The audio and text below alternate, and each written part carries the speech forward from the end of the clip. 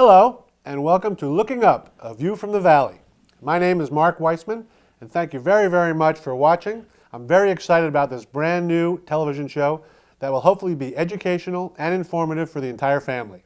If you have any comments on the show, feel free to provide feedback, questions, or suggestions to lookingupvalley@gmail.com or check out our Facebook page and dedicated website. Thank you very much. So far, we've talked a little bit about it. We talked in the beginning about the history of Plum Library and kind of how it got started. Now, you guys are both aware there's a strong Shelton Historical Society. Does the library work with the Historical Society, again, as either a partnering on some of their efforts that they do to make sure whatever they do from a historical research basis are then archived here, or how does that work?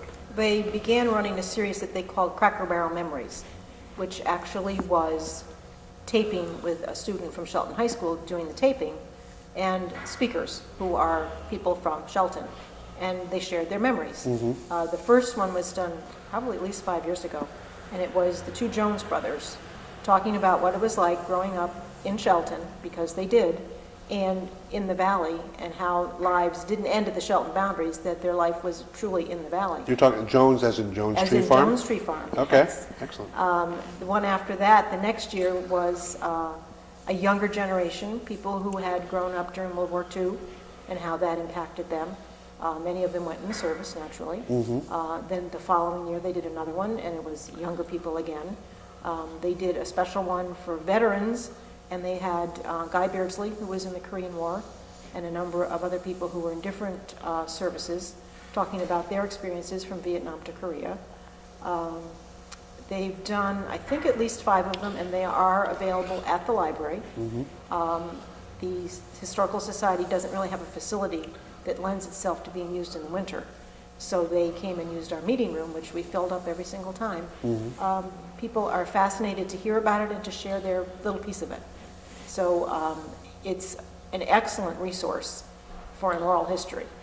And obviously, it's only a few people's memories, but it's a very meaningful picture of what life was like in Shelton. We do support programs that they offer. Sean actually hosts their reading group, the reading circle. Well, we host their board meetings. They're actually at the, really? the library too, Okay. and we have it's kind of a library program. Their librarian from the Historical Society runs a Shelton Reading Circle, a historical group that's been meeting for a long, long time. And the Historical Society is right up the road from it. Ripton Road is right up from the library, right? Yes, So that's good. And the library actually has some property right adjacent to theirs. And when they have a bigger event where they need some additional parking, they will use it for that too. So there's a strong partnership there. Oh, that's good. When they are not using that property, do you guys use that property for anything, or? No. Growing butterflies. Literally. Oh, I'm sorry. Yeah. We do have And a there's milkweed volunteer. Really? Oh, my Yes, God. See last that? year, I she should was laugh. devoted to the monarch butterflies and got permission to actually, I guess, cut down some of the overgrowth to let the milkweed grow. Wow. So that the butterflies could fly free. Wow. So she got more permission in their life. We're ecologically friendly too. That's good. That's good. Nothing wrong with that. There's something called First Friday Book Discussion. What is that? Yes, that's a group that actually it's moderated by themselves. Okay. That's been meeting at the branch for many, many years.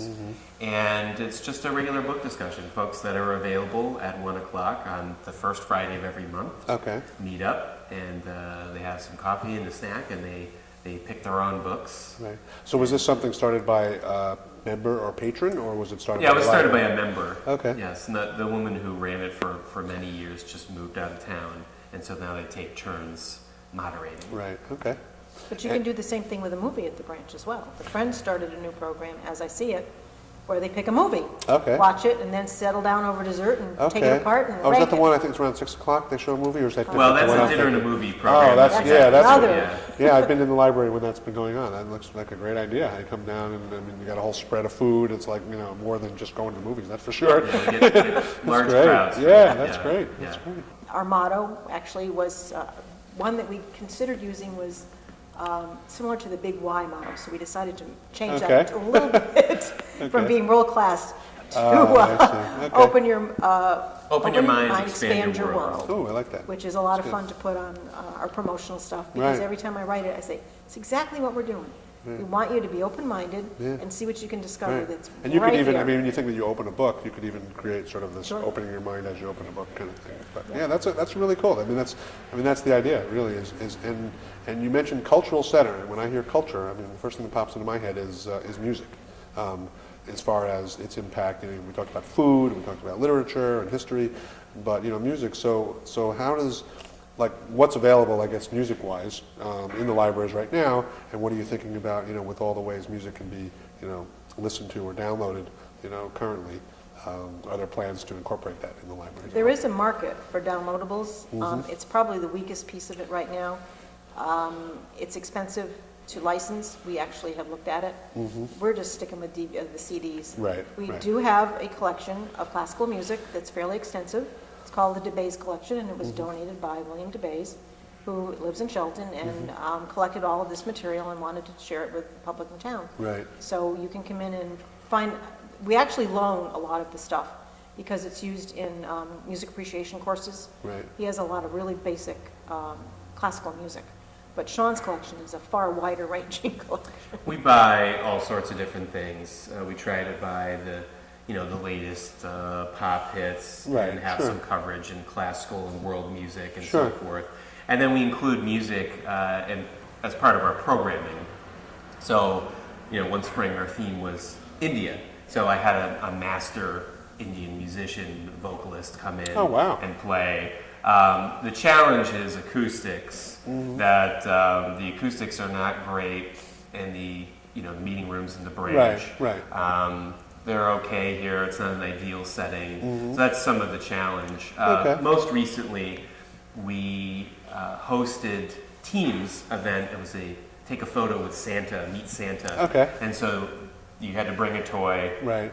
Which was donated to a needy child in the valley, and you could get your picture with Santa. And Fran Scarpa from Center Stage Sure. actually Yep. came out, and she and some of her crew sang Christmas carols. Oh, wow. For us. Oh, so nice. we tried to make it a, Yeah.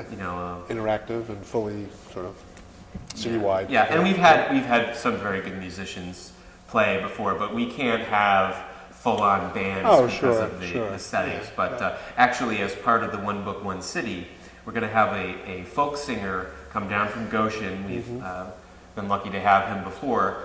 And he's going to sing English folk songs, things like about the Green Man and so Right, forth, right. that fit in with Tolkien, Oh, yeah. and his vision of, Right, Middle Earth and that kind of thing. Okay, So yeah. he'll be coming in May. And there's nothing to say that the library couldn't do something that doesn't take place in the library that you would still sponsor. In other words, if you found a venue that would acoustically was good, you could potentially do that. Right? We, a couple of falls ago, our theme was space as an outer space.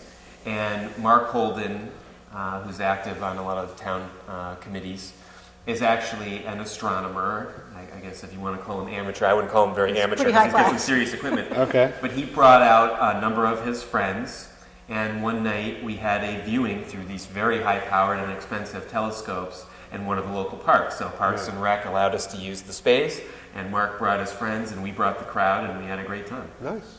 That's good. So yeah, we do have events kind of outside of the libraries on occasion. Okay. And we just had our first ever Southwestern Connecticut Youth Book Expo with about 24 children's and youth and teen authors at the Courtyard Marriott because we don't have enough See, floor there you go. space. Yeah, exactly. And that was done in conjunction with Written Words Bookstore. Oh, okay. Excellent. Well, now, Sean Fields, director of the Huntington Branch Library, has been nice enough to do a book review for us. And hopefully this will become an ongoing segment on our show. Thanks again, Sean, for doing this. Appreciate You're welcome. it. Thank you. So what do you have for our viewers today? Well, we have a book written by a local celebrity.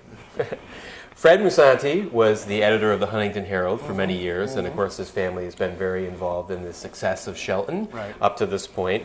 And he has written a couple of books recently. He's been working on them for a couple of years. I remember being at events with him where he's talked about the progress, where he's at. One book he decided just to publish online. Okay. So it's an ebook only. Okay. This book he donated to both the Plum and Huntington libraries so we can share these with the public once they're processed. And this book is a self-published book. Do you know what that is? No, actually I don't. Yeah. What is it? Self-published means that instead of going through a publishing house, like Random House or Yale University Press, Right. you just contract a company to produce the physical book, and that's it. So, usually that's a negative because publishers employ editors. So sometimes you'll have one editor, sometimes you have a team of editors that review your book. They look for issues with it. They look for ways that the idea that you're trying to communicate could be done in a better fashion. So usually they're much more polished, just higher quality. Right. And also, I mean, you have to get a literary agent and a publishing house to want to publish your book. And while there are more books published now than perhaps ever in the history of mankind, it doesn't mean they're all good. and I know a lot of literary agents and so forth, and I mean, they look at just hundreds of query letters a day even. Sure. So normally there's a vetting process for quality. When you self-publish, no vetting process. Anyone can now publish, which is a benefit and also a curse in some ways. Sure. Now, I've seen many self-published books, and again, I'm generalizing, but many of them are pretty bad. You know, they wouldn't be picked up by a publisher. Okay. I had high hopes for Fred's book because he is an editor himself. He's been a writer for many years. And actually, I was pleasantly surprised. I thought that he had a pretty good storyline. He had some subplots that worked for the most part. He had pretty interesting characters. And especially for a first book, it was a good effort. So is this his first book, period? I think so. Okay. I mean, at least from what he said to me the last time, I don't know if he released this one first or the one online, but I think those are his first real full efforts at releasing fiction anyway. And we see that even with the real professional authors that go through publishing houses, they get stronger with every book. Right. So this is a good first effort. And it's about a gentleman by the name of Paul Tonelli, who happens to be a war veteran. He's a young gentleman, and he's an information technology professional. And he actually is out of work, which many people are in the Valley and the area. This particular book is based out of Bridgeport. So, of course, Fred's familiar with Bridgeport. Sure. And the story is that this gentleman, he's a very religious person, and he gets a lot of support from his church family in regards to his unemployment. But it's still a difficult time for him. He's running low on funds and so forth. And one night he's visited by an angel who tells him that God has a mission for you, and I want you to go to this specific convenience store in Bridgeport and tell the man that you find there to do God's work. So he goes there, and funny enough, he finds 3 men. So besides trying to figure out how he's supposed to complete his mission, he also really struggles with, am I crazy or not? Now, were those 3, was it kind of like the Father, Son, Holy Spirit kind of thing? I don't think so. Okay. Yeah, I'm sure you could make all sorts of alliterative guesses at some of those things. 2 of them are brothers, and one of them is a minister at a local church that is not Paul's own. Right. But really the main focus of the plot is, are you crazy? If you see an angel, if one comes into your living room, and this angel, of course, when he speaks, it just is very obscure with the meaning. He comes and goes of his own accord. He just kind of pops up. And so if you're a religious person, you say, well, God is giving me this mission, I think, or I could also just be losing my mind, because I'm under a lot of stress. There's a lot of things going on. So what he actually finds is as he goes through this process, his personal life becomes better in many ways, but he also gets embroiled on some pretty difficult situations, including a trial for murder. And so he is involved in this, and his information from this angel and the fact that he's met this angel becomes public and endangers a new job that he has. And of course, when you're thrown into the press unwillingly, it's often not a good thing. So Fred succeeds in making an interesting story. I have a master's in religious studies, and I think he is a pretty good kind of treatise on angels. And you don't have to, it's about Christian literature almost. You don't have to be a Christian to appreciate it, that there are angels or representatives from the gods in any religion. what doesn't work a little bit, there's some of the subplots. He kind of gets into a little bit with race relations in Bridgeport, and I don't think he's speaking from authority in that area, so it's a little less genuine than some of the other parts. But overall, it's a good read. But actual like streets in Bridgeport are mentioned? Streets in Bridgeport, yeah. And I didn't get into it to see if there's actually a store at this particular location. I just got this last week, so I haven't done a lot of schlepping around down there to see if the churches really existed or any of those kinds of things. Obviously he was not using real names of the characters or so forth, but the names that you would believe you would find in Bridgeport. So now, is Fred, just as now doing the self-publishing, if someone wanted to find out more about how he went about it, is he open to providing information as far as? I think he is. Yeah, we've been talking about having him speak at one of the Shelton Libraries, and I'm sure he's open to do that at other places. Excellent. And he probably has a website or something that I should know, but I don't. That's okay. But just look up Fred Musanti online, and you'll find him. That's right. And this picture apparently was taken at Plum Library. It was taken at Plum. Yeah, there he's smiling. Yeah, that's right. And he's happy about this. So absolutely. Well, thank you very much. Appreciate it, Sean. Thank you. Definitely, hopefully our viewers will have a chance to take a look at this and some of the other books that we'll hopefully talk about on the show in the future. So, thank you. Thanks. Okay, Sean, thank you again for spending some time and educating our readers, not only in books that are available in the Shelton Libraries, but also we have a DVD. Yeah, a lot of people don't realize that public libraries do carry DVDs. I know at the Huntington branch we buy pretty much everything that's released through the theaters, a lot of television programs, and then some other things that you might know about, like foreign films or some nonfiction pieces that maybe PBS put out or something. Now, are there any limitations? For instance, something that's a new release or recently in the theaters, do you have to wait a certain amount of time to be kind of like when they have second-run theaters? Does that when the library can get them? Well, when they're released on DVD, we can get them. Oh, I see. Now, it does take us a little time to actually get it processed and put all our materials and get it into the catalog and so forth. Right. But they're pretty much readily available. One thing I will caution people on, though, is they think they're going to walk in and have it be like a Blockbuster where there's 10 copies of everything. You buy one copy.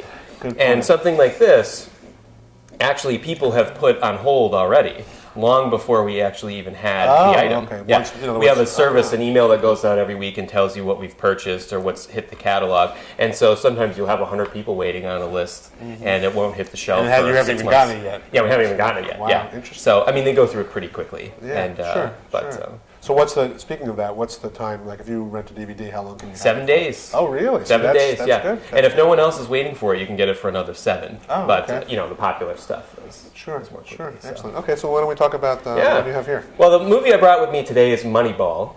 I know there's a lot of sports fans in the Valley. This particular movie is getting a lot of press lately because it's up for a number of Oscar nominations.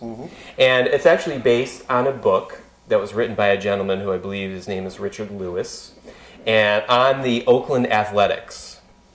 Now, and that Richard Lewis, that's not the comedian Richard Lewis. It's a different gentleman. Okay. Yeah, I could be butchering the name too. I can't no, remember that's at okay. this point. But that's okay. This was a film that they were working on for a long time, and the famous director Steven Soderbergh was involved in the project, and eventually they just couldn't work out schedules, which happens with a lot of these things. Right. And it ended up being directed by Bennett Miller. Aaron Sorkin is a big-time name in producing and writing, and he's involved in this project. And actually, another one of the executive producers is actually Brad Pitt, who is the lead actor in this.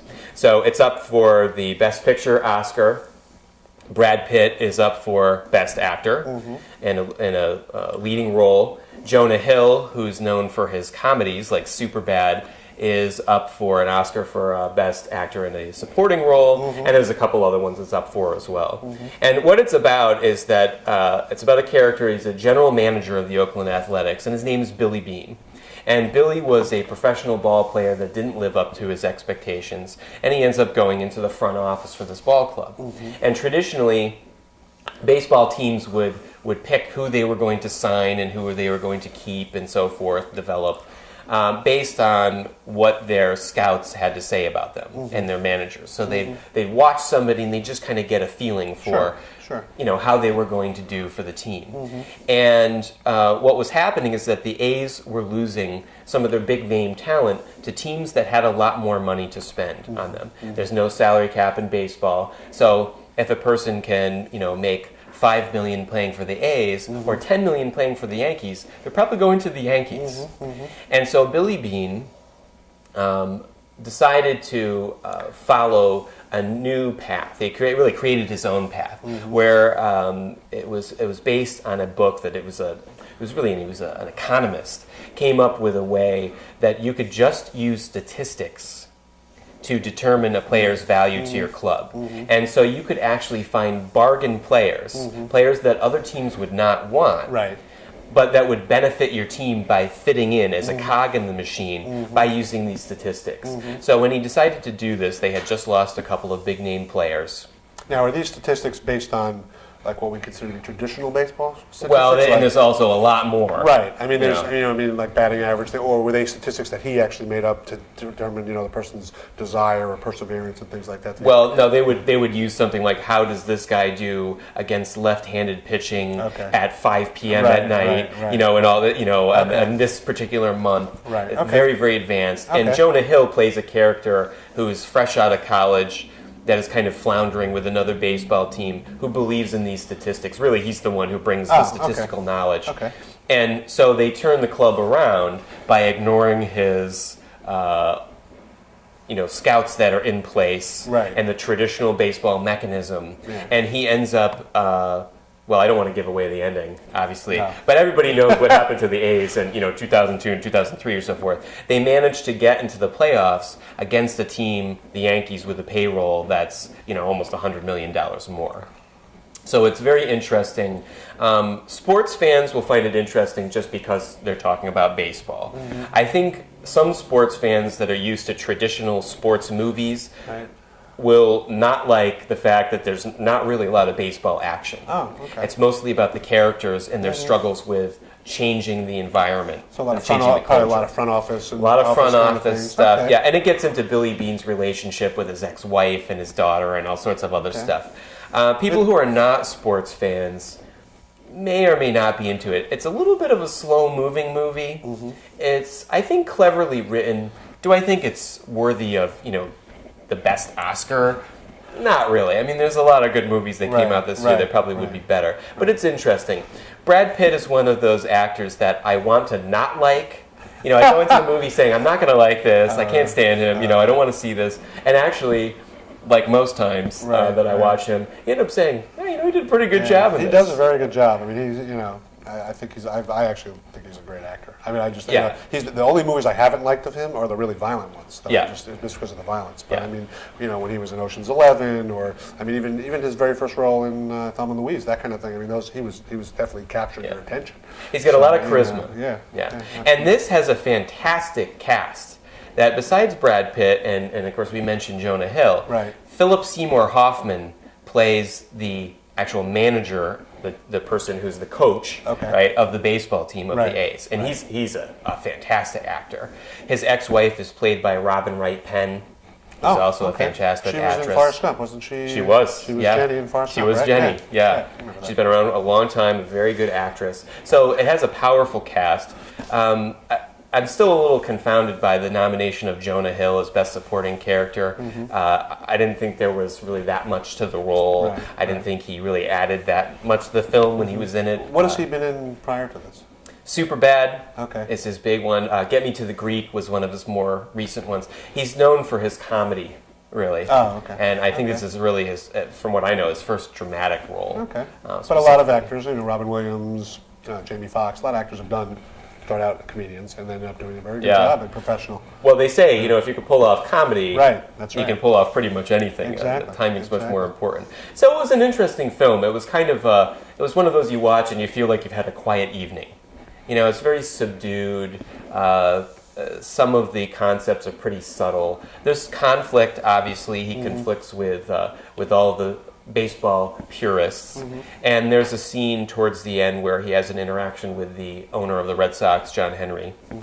And what's interesting to note about this, of course, Hollywood always changes some of the facts. And they change some of the things that happened. Like, there's a player that he trades, and what they changed was when he traded this player and for whom. Oh, okay. So it's not a pure history of what actually occurred. It's also one of these movies that it's trying to get you to think that you should always challenge the status quo. You know, don't be afraid to take your idea if it's a good one and go with it. The fact of the matter is that this was the season that he made the playoffs using the system. He's never won a playoff series since the season. So the teams that they're knocking on, like the Red Sox and the Yankees, where they've got, you know, 100 million, well, now of course they're, you know, 150, 200 million dollar payrolls, between them have won 3 World Series since this, and he's won nothing. Now, they just renewed Billy Beane's contract, actually. So they still believe in his system, and he's apparently winning enough games to stay gainfully employed, but they're not winning championships. And that's kind of, you know, you end the movie feeling, oh, this guy's got it down, they're going to make it. But I will also say, the Red Sox employed individuals that were similar to Billy Beane to use these statistics to win their world championships. So other teams have caught on to this. And there's a big battle in baseball whether, you know, with the traditional system, which is more intuition, gut feeling, versus statistics, which one is well, and it's funny you mentioned, too, the idea of, like, that there's not a lot of action in this.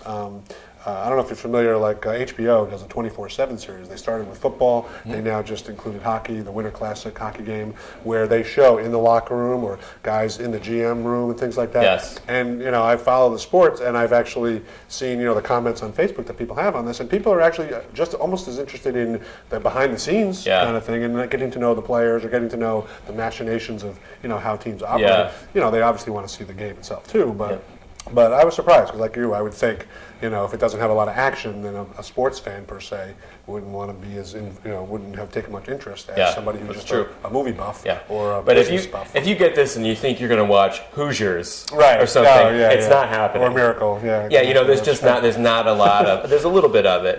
And even, they don't really deal a lot with the players. That he has some interactions with the players themselves. David Justice, who was an all-star for a long time, played for a bunch of different teams, has a pivotal scene or two in there.